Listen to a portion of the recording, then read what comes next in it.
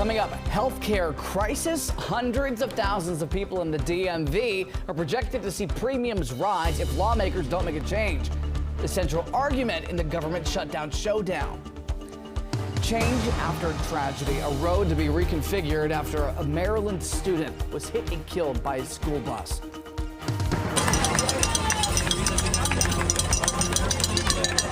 Ready, set, race. Half a century of runners hitting the pavement to honor the Marines and those who made the ultimate sacrifice. And as we head into a new work week, it may start off sunny and dry, but rain is on the way. We'll talk about how much and when. That's all coming up with my full forecast. Money-saving tips, how to avoid steep repair costs for incoming weather, and the cost info to know right now before picking up any candy for Halloween. You're watching the station covering all of the DMV. This is DC News Now. Good Sunday evening, everybody. Thank you for joining us for DC News Now at 9 o'clock. Hope you have a great weekend. I'm Ben Dennis. We begin tonight with breaking news. The USDA has announced that no one will get SNAP benefits, food stamps, starting November the 1st. The agency made this announcement today on their website, raising the stakes on lawmakers to reach a deal and end the government shutdown, which is tipping closer to its fourth week. This comes after the White House said it would not use $5 billion in contingency funding to keep SNAP benefits going into November. The Associated Press reports SNAP helped roughly 1 in 8 Americans buying groceries.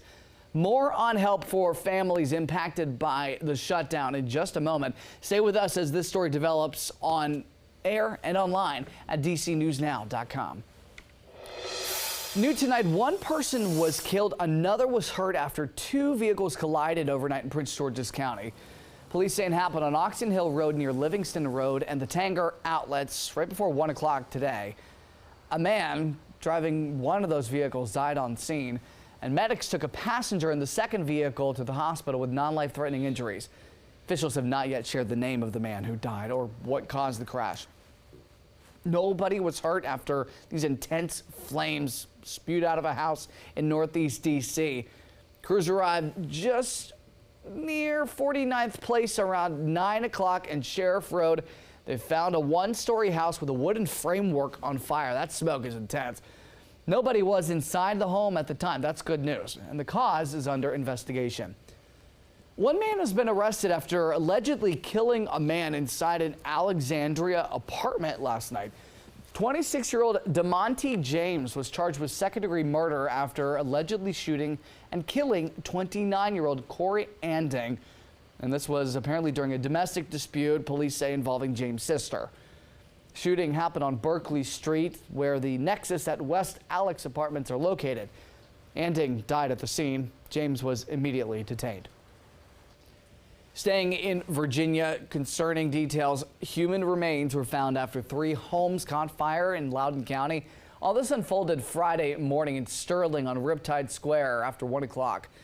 At the time, somebody was reportedly trapped inside one of those 3 homes.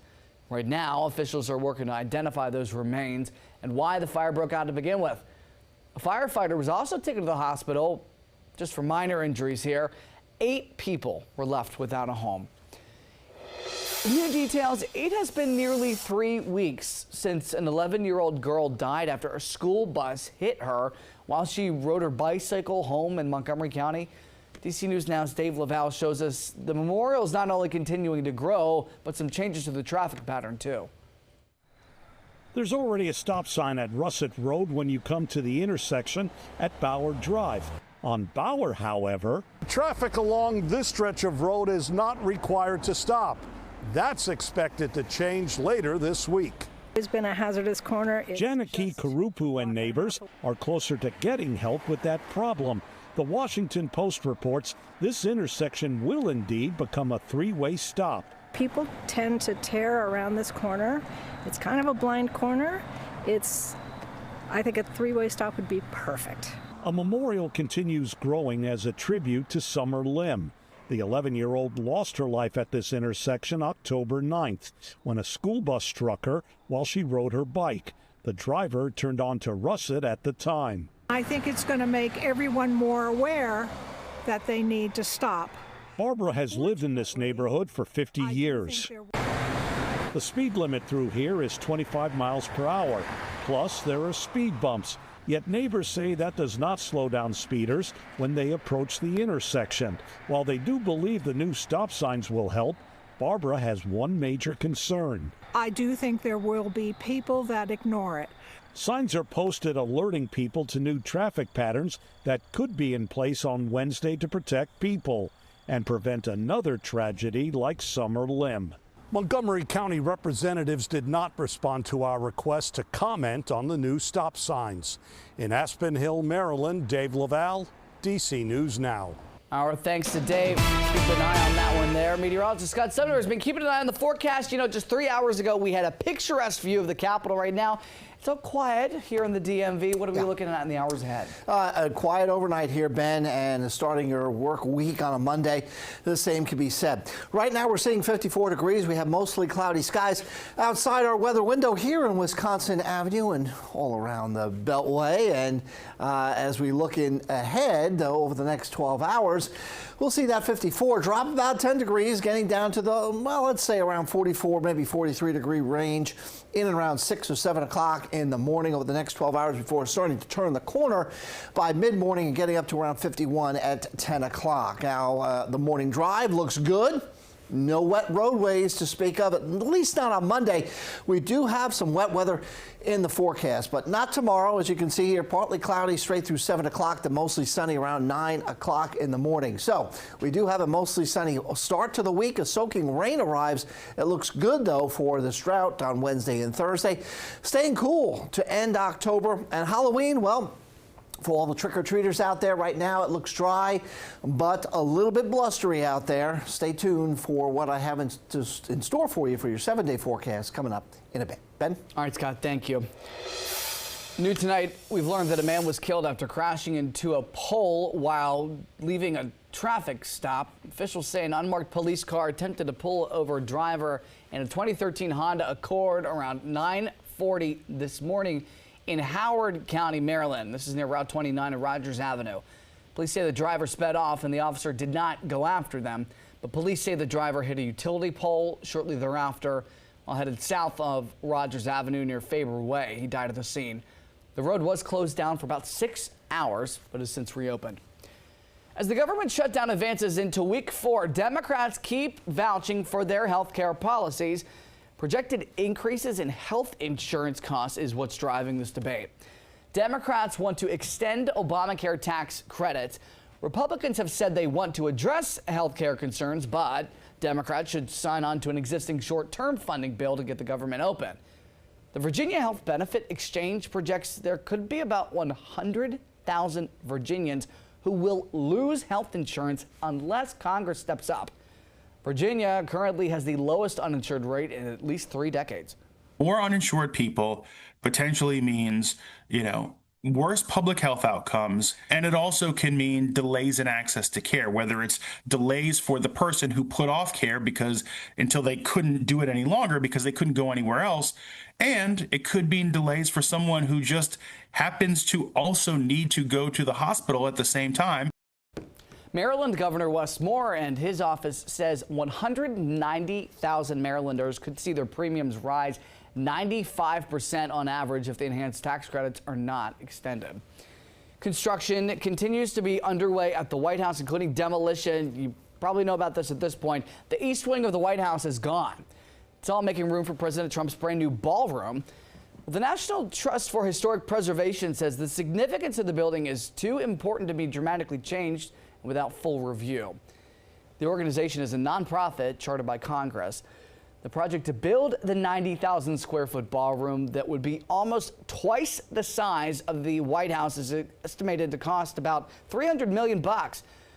In a letter to the National Historic Preservation, in a letter from them rather, they say, quote, "We are deeply concerned that the massing and height of the proposed new construction will overwhelm the White House itself." The American Institute of Architects also has similar concerns. So we absolutely understand that the White House is a living building that is constantly in use and has evolving needs. In July, President Trump said that the space at the White House would not be interfered with in order for construction to begin. The president has also said the East Wing will be fully modernized with the ballroom to benefit generations to come. The White House says the ballroom will be funded through private donations. In the district, there are still 2,400 National Guard troops on city streets. D.C.'s Attorney General Brian Schwab has sued the federal government to try and end what he calls an illegal military occupation. Schwab is asking a federal judge to temporarily stop troops from staying deployed. And as the lawsuit goes forward, our Daniel Hamburg was in court and has the latest.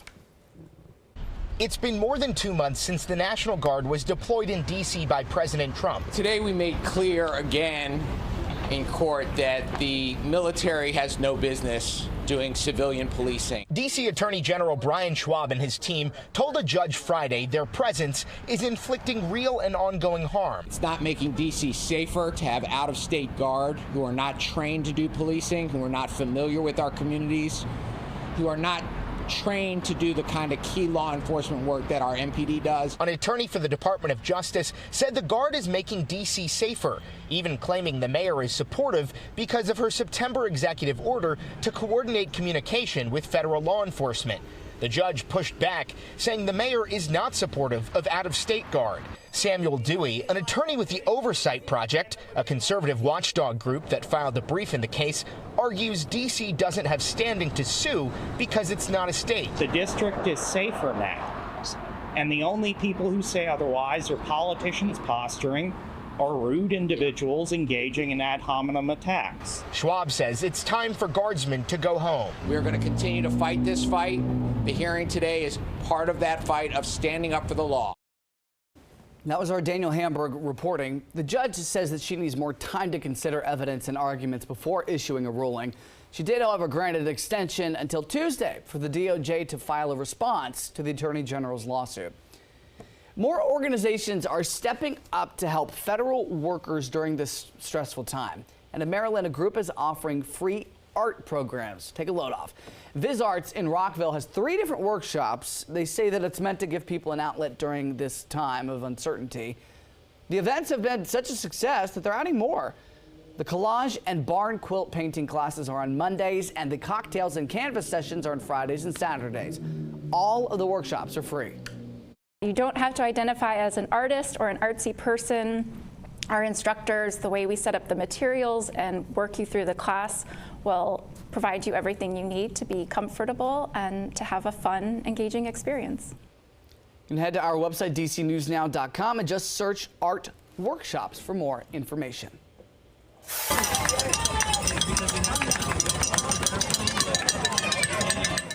They laced up and set out. Tens of thousands of runners hit the pavement for the 50th Marine Corps Marathon. This year's event had significant changes. For the first time in the race's history, the start and finish areas were closed to spectators. That was to supposedly help with security and improve logistics. But that did not stop people from stopping by, lining up, and cheering the racers on. Great. I feel like there's a lot of spectators here, and it's always so much like good energy. It's so busy because there's so many spectators that want to watch everyone. More than 40,000 runners reportedly set off today, and the roads that closed have since reopened. Was a bit of a conundrum with traffic. Coming up, it's getting chilly out there, at least soon. We're helping you stretch your dollar by prepping your home for the incoming cold weather so you don't have incoming costs. Time now, live look at not Reagan National Cathedral, far from it, the National Cathedral at 9:14. Scott Sumner's got your full forecast coming up.